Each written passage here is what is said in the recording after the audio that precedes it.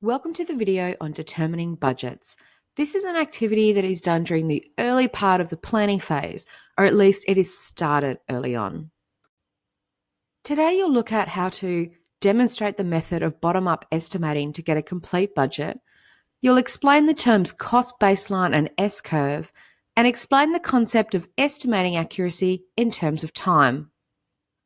As a reminder, in an earlier video on preliminary cost and time estimates, we looked at the analogous and parametric estimating methods, and we established that a total project cost is made up out of direct and indirect costs, contingencies, and profit. We'll be using those concepts today, so if you want a refresher on those items, you should go back and rewatch the prelim cost and time estimates video now. We'll wait right here for you. Getting straight into our first item, which is about using bottom-up estimating. This is an approach of estimating each WBS work package directly and then grouping them together in their WBS sections and adding them all up to get a total direct cost. We can then add on any other indirect costs we haven't accounted for yet. We can also add the contingency and profit on to get a complete total. It's common that these last items, particularly the contingency and the profit, are added on as a percentage of the direct costs. But I hear you ask, how is that different from the previous approaches of the analogous and parametric methods? Well, both of those are approaches where the total cost is estimated directly, where the detail isn't yet there to directly measure and estimate each detailed work package. As a simple example, say that you are thinking about taking a 4-week holiday to Europe next year, and based on very similar holidays that your friends have taken, you think the holiday all up will cost you about $7,000. This is an analogous method because you have used very similar and recent projects to get a rough estimate for the total. Alternatively, you look online and some sites tell you that on average the cost is $180 per day. So you allow for that plus your airfares, total of $68.40. That's parametric because you're using the per day parameter. Well, really, it's a bit of a combo of both in that case. A bottom-up approach can be taken only when you've detailed out your holiday. You've chosen the exact destinations, you've looked at your preferred airfares and hotels, and you've estimated all of those individually. When you add them all up, you hope that it comes within the 7,000 target that you set earlier. Think of the WBS like a pyramid. When you estimate the bottom-up activities and add them up to get the total, that's the bottom-up approach. When you estimate the total directly and then try to spread that total out amongst the major deliverables, that is called a top-down approach. A top-down approach is what you would likely use in the feasibility stage of a project, where you don't have much detail on the materials, equipment, etc. So what you might have used for your project charter. But now that we're in the planning phase, we're getting to a point now where we have enough detail to use a bottom-up methodology. But how do you estimate each work package directly? Well, there are lots of ways. Again, you could use an analogous or a historical approach or a parametric approach. Alternatively, you can ask an expert to tell you as well. All of these are valid and all of them are used in industry. So now that you've estimated all of the work packages, you can set up a complete budget. Let's have a look at what a real budget for your 4-week European holiday could actually look like. So this is it. Have a look at the table. It has a column for the WBS cost code. It has the name of the work package or activity. And of course, it has the cost at the right-hand side. And note that the dollars are always aligned to the right in the table. It could also include a notes column to give you a bit more info about how that cost has been estimated.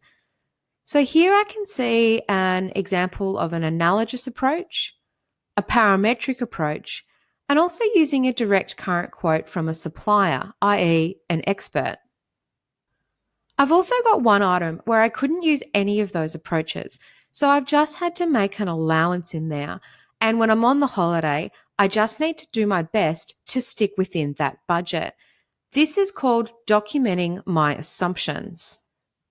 That best guess approach is a last resort for a project manager, but it's used more than you might think. You will often see this called a provisional sum in real budgets, and it's where they can't quite nail down the real cost, but they know they need to allow something. You can then see what each major category costs and a total for the direct costs. In this example, I've put 1,000 as a contingency because that might have been some extra savings you had, but you're only going to use it in a true emergency. Alternatively, you could allow a percentage, say 15% of the direct costs, so 820. This percentage method is very common in many industries. As to what the percentage is for each project, well, it depends. Generally, it's somewhere between 5 to 15, but could be as high as 20. It all depends on how risky or complex the project is. The percentage method could also be used for indirect costs or for profit. The profit in this case is zero, but I've left it in the budget to remind you that sometimes there is a dollar figure in there. So folks, that is how we use the bottom-up method to set up a complete budget. But now let's move on to the terms cost baseline and S-curve. Essentially, it means the initial agreed budget. So that budget that we just put together using a bottom-up approach, we could call that the cost baseline that the project will use moving forward. There is another video later on about controlling costs as well, and that term cost baseline will be used there as well. An S-curve is a way to combine our budgets and our schedule. It's a graphical way of showing how the costs are incurred over the timeline of a project. But calculating cash flows and making S-curves are outside of this course, as they are part of the project management techniques course instead. But we've included the concept here for those of you not studying that other course. So remember our life cycles and the effort put into each life cycle? We can equate this to how much money is spent in each of those periods. If we then looked at the cumulative money spent over those time periods and then plotted this on a graph, the resulting graph looks a little bit like an S, hence the term S-curve. This type of curve is actually used in lots of different places, but in project management, it's mainly used to show total money spent over time. So another facet of the relationship between cost and time is about cost estimating accuracy. If we look at a project timeline with the 4 life cycle phases and a final total cost as our target, it makes sense that as the project gets closer to the finish line, it also gets more accurate when predicting what the final total cost will end up being. It's like buying a car. When you first start thinking about it, you probably set yourself a price range, or maybe it isn't even that and you just think about the features in the car that you want. Then as you start planning more, you might pick a few models out, so your price range and options become a bit more focused. Then as you test drive and narrow it down to 2 cars. As you finish the process and actually decide on the final car, you pretty much know exactly what the final price will be. Well, it's exactly the same in project management. At feasibility stage, cost estimates can be plus or minus 50% of where you'll end up. At planning stage, there are still a lot of unknowns, so it could be plus or minus 20%. Once you're in the implementation stage, though, hopefully most things are known, so it is more likely to be plus or minus 5 or 10%. And then once you get into the handover or closing stage, all the money has probably already been spent, so the costs are known, and you might only be 1 or 2% out. So the next time you hear a government launching a big new project with a new idea and it's still being planned out, do not make the mistake of thinking that those costs are set in stone. They are not, and no one in the world can perfectly predict costs that far in advance. So how do organizations deal with those inaccuracies early on? Well, they could face the risk and know that their early estimates could be 50% less than what the cost will end up being. And they just hope that that doesn't end up happening. or they could allow additional contingency. As an example, if the government was planning to build a new bridge somewhere and their early estimates were 100 million, perhaps they might allow 150 million as the early budget, 100 million for the costs that they are predicting, and 50 million as a backup contingency fund. If that early estimate was right, which to be honest would actually be a really rare thing to happen, then great news. The 50 million isn't needed, and the project even looks like it saved the 50 million contingency fund. But if the early estimates were under and they end up spending all 150 mil to finish the job, that's also fine because they are still within their initial 150 budget. Of course, not every organisation can afford to keep an extra 50% contingency around.